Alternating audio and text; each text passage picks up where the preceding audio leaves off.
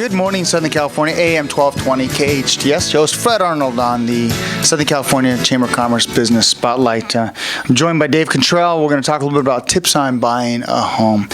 Dave, real estate agents. I think it's really important that you hire a qualified professional real estate professional, a realtor that's certainly licensed here in the state of California or any state that in the union.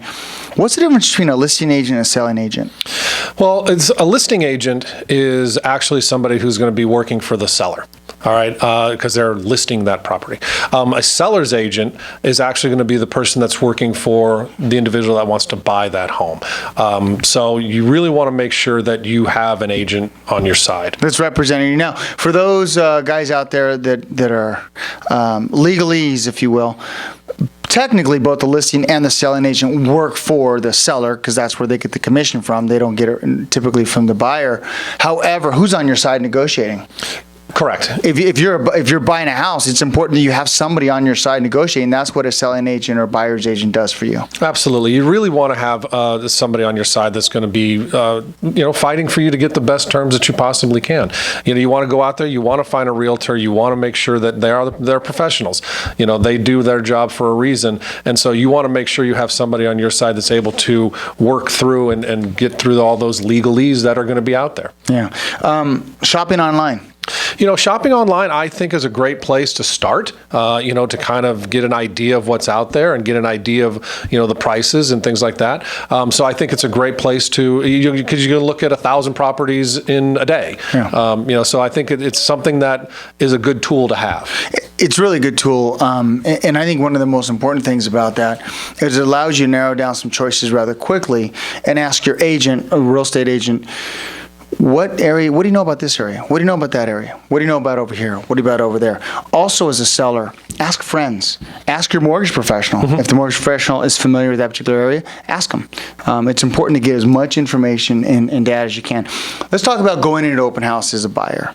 If you go into an open house as a buyer and you have a real estate agent, make sure you take the real estate agent's business cards out of respect so that the person showing you the house knows you have hired an agent to help you out. Yeah, that is very important, because if you just walk in there, you want to make sure that you let those people know, because that person's going to be in there thinking. A lot of times it's common, they say, oh, I don't have an agent, or I already have an agent. But if you actually had somebody a card, then they know that you're going to have somebody that's going to be helping you out. And many times they'll know your agent, who's representing you, and they'll say, let me give them a call and give more information about the property.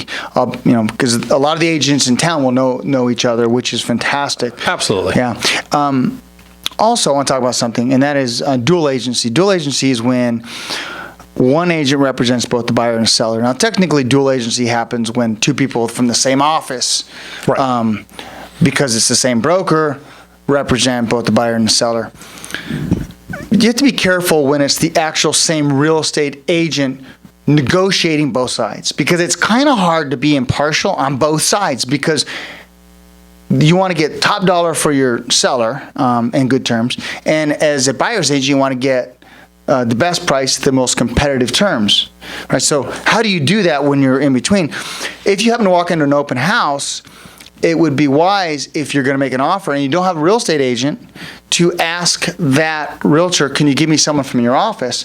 And a lot of times that realtor will get a little extra piece of the action. It happens sometimes. But at least you have somebody negotiating on your behalf that can ask you questions, because there might be another property that might be down the street. If you happen to meet that person in an open house and you're not buying that house, you can certainly use that person to buy a different house, right? Absolutely. Because they're going to fight for you in that case. Correct. And you bring up a very good point, that you really want to have somebody on your side negotiating at the fiduciary responsibility to you, and that's something that's very, very important. I'm not a big fan of having one person handle both sides, because it's kind of hard, isn't it? How do you do that? Yeah, there's no way that's going to work. And there are professionals that have been figured out how to navigate that. But a lot of times they'll say, look, here's an agent. They're going to from my office. They're going to represent you, right, and it's done that way. There's that impartiality. Yeah. Did I get that right? Yeah, I think so. So close enough, right? Right. Ask for the seller transfer disclosure statement, which the seller is going to disclose what's wrong with the house. Right. Yeah. You want to make sure that you know what you're getting into, and a lot of times there's things going on behind the walls that you really can't see. And so that's why a home inspection is something that's really very, very important. Have another set of eyes that knows where to look and knows what to look for that can really help you out. And that's very, very important. Yeah. So home inspection, I agree with 100% is important, but I want to highlight this seller transfer disclosure just real quick. The seller has to go through and anything they know it's wrong with the house, and they'll know. They know all the creaks and movements of that house, right? Yes. Whether you turn on the hot water and it scolds you, or whether you turn on the hot water and it takes 20 minutes, they have to disclose all that. They have to disclose what they are concerned about with the house. Now, there is no seller transfer disclosure statement that's filled out in detail when there is no seller. For example, foreclosure. Right. Because the person never lived in the house. However, the real estate agent still has to do a visual observation. Correct. As much as possible. And if it was let's say if it was a flip where someone flipped it, fixed it up, you can ask for the seller transfer disclosure statement that was given to the sellers when they bought the house 90 days ago, before they fixed up the house. And you can see it. Did you fix all the things that were on here? Right. Certainly you can ask for that, and it's important that you know about that. A second set of eyes on the inspection, your Uncle Steve, right? Right. Yeah. That's a second set of eyes you want. That's sometimes better the inspector. I always say uncle or aunt. You always have that skeptical uncle that knows everything, but he might be very valuable when it comes to buying a house because he can point out things you might not know. Yeah, that's my stepfather. He's the one that does that. He can walk through and he'll find anything wrong with anything. So he's very good. But you're right. It's very important to have somebody, because you're going to go in there and you're going to want to see only the best because you're buying this house. You want somebody looking over your shoulder saying, that window is kind of crooked. That's kind of cockeyed, huh? Yeah. What's funny about that is, you got that naysayer in your life. They might become very valuable when it comes to buying for that transaction. All of a sudden, they're important. Yeah, they're important, and you want to hang out with them. Yeah, very important. What's the difference between an inspection and an appraisal?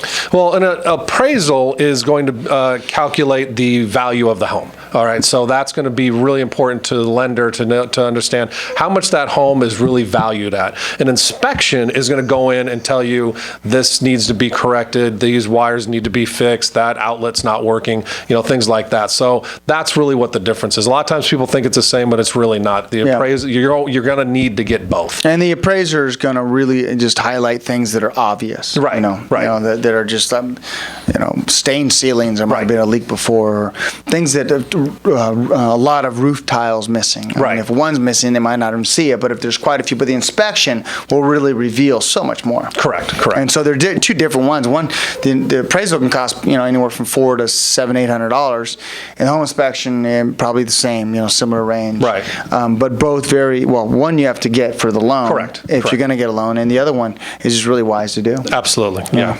And a lot of times people get a home warranty, and it's a different topic, but certainly that's one thing you could ask for just in case something goes wrong with the house. Yeah, a lot of times sellers will provide that too. Yeah, so they don't have to worry about it. Yes.